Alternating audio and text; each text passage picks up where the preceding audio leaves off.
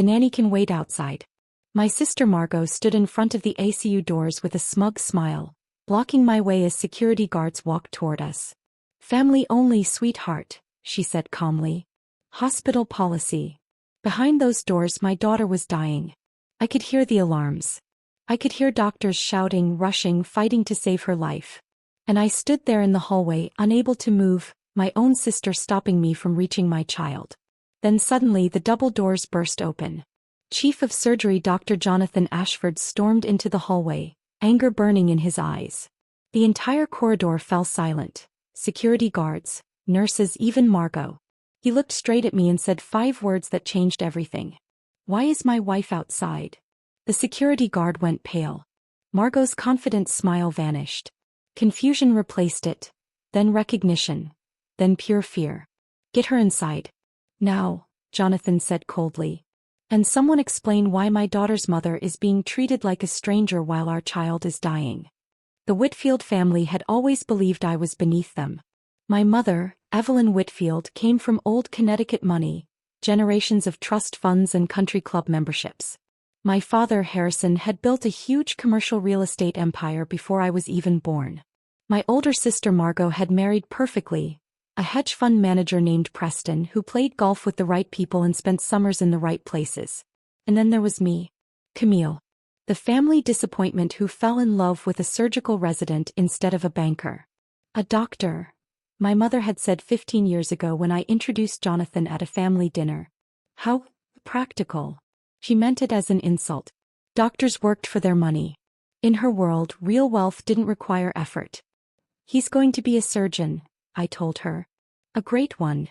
"Surgeons cut people open, dear," she replied. "It's hardly distinguished." Jonathan heard every word.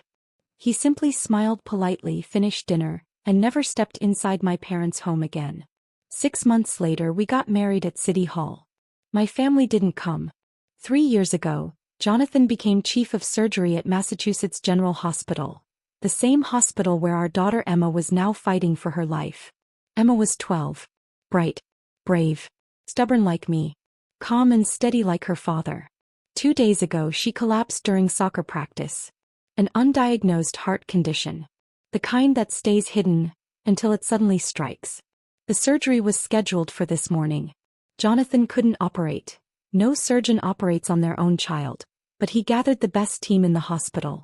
Dr. Patricia Okafor, one of the best pediatric cardiothoracic surgeons in the country, was leading the operation. Emma had every possible advantage. It wasn't supposed to go wrong. But then her heart stopped on the operating table. Code blue. Every parent's worst nightmare was happening in real time while I sat in the waiting room, praying I would see my daughter again. Then Margot arrived. I hadn't called her. I hadn't told my family Emma was sick. But hospitals are small worlds. Someone on the hospital board mentioned that the chief of surgery's daughter was having emergency heart surgery.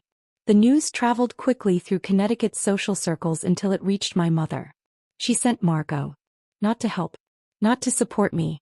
To represent the family. Margot found me in the waiting room, my face wet with tears.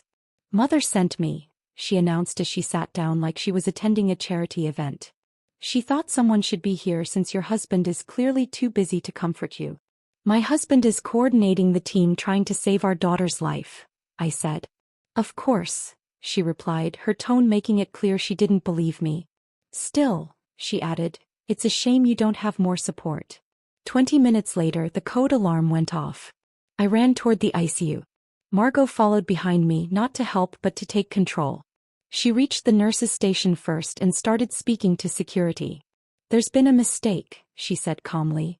"That woman," she pointed directly at me, "is not family. She's the nanny. The real mother is on her way." The security guard looked at me. I was wearing wrinkled yoga pants and an old sweater. My hair hadn't been washed in 2 days. I had no makeup on. I looked exactly the way Margot wanted me to look. Tired. Messy. Unimportant.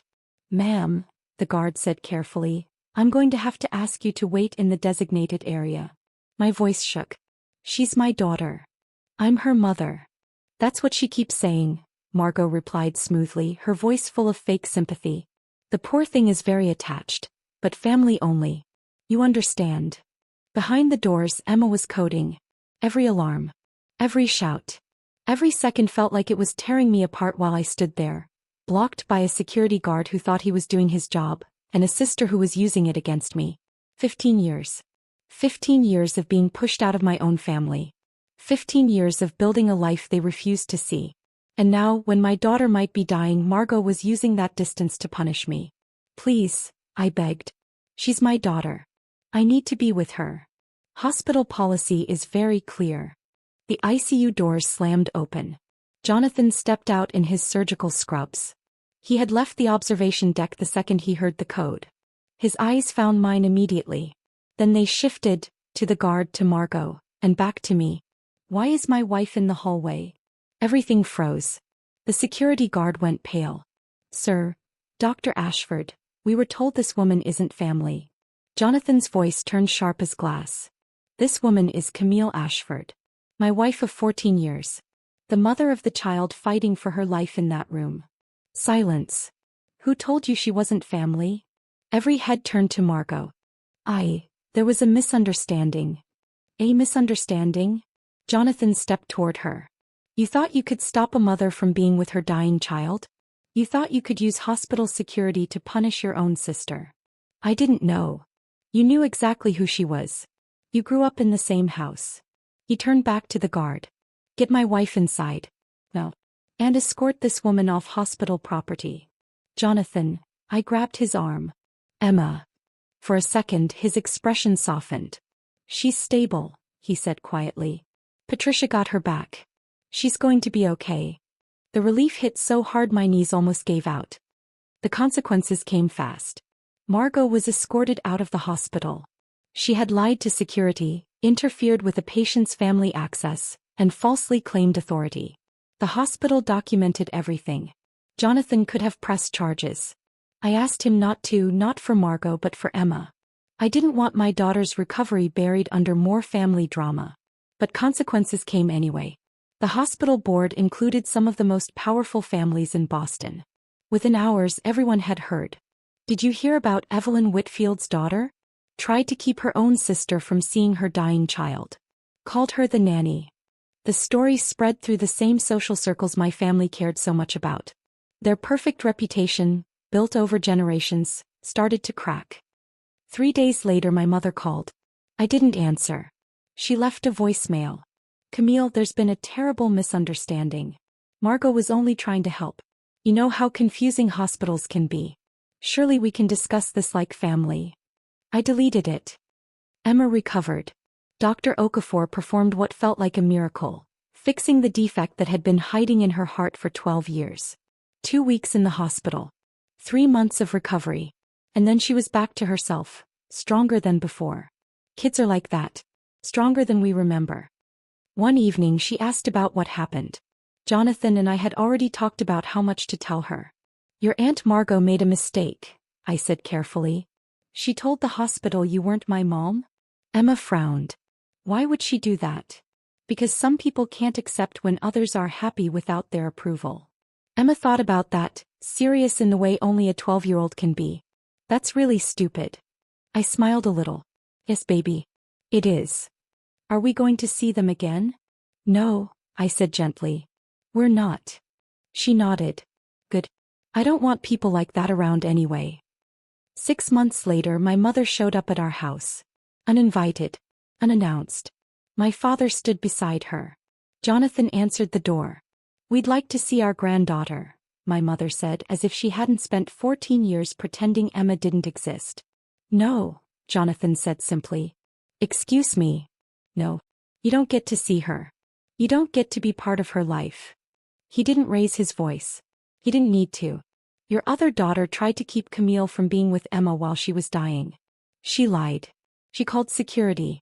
And you, he looked straight at my mother, called 3 days later and asked us to pretend it was a misunderstanding. It was a misunderstanding. It was cruelty. It was cruelty, Jonathan said. Deliberate. Calculated. Meant to punish Camille for marrying someone you thought was beneath her. He held my mother's gaze, unshaken. And you will never get the chance to do that to our daughter. Then he closed the door. They never came back. Emma turned 15 last month. She's healthy, happy, strong in a way that reminds me of who I used to be, before my family taught me to hide that strength. Now she knows everything. Mom, she asked me one evening, do you ever miss them? Your family? I thought about it honestly. I miss who they could have been, I said. I miss the family I wished I had. I wrapped my arm around her. But I don't miss who they really were. She nodded slowly. Yeah, that makes sense. Then she leaned into me. You have us instead. I smiled. I have you. And that's more than enough. Jonathan walked in just then and found us on the couch, talking about love, about family, about the difference between people who share your blood and people who truly show up for you. Everything okay? He asked. I looked at him, then at Emma. Everything's perfect. I saw Margot one last time. About a year later at a charity gala downtown. Jonathan was being honored for starting a surgical training program for underserved communities, so we went, for him, for the work that mattered. Of course Margot was there. Events like that were her world. He spotted me across the room. For a moment I thought she might come over, put on a performance, try to fix her image in public. Instead she turned and walked away. Smart. For once in her life. Jonathan came up beside me. You okay? He asked. I'm fine, I said. And I meant it. She can't hurt me anymore. She can't hurt Emma. We were beyond her reach. We always had been. He just never realized it. The Whitfields spent my whole life making me feel small. Less than. Not enough.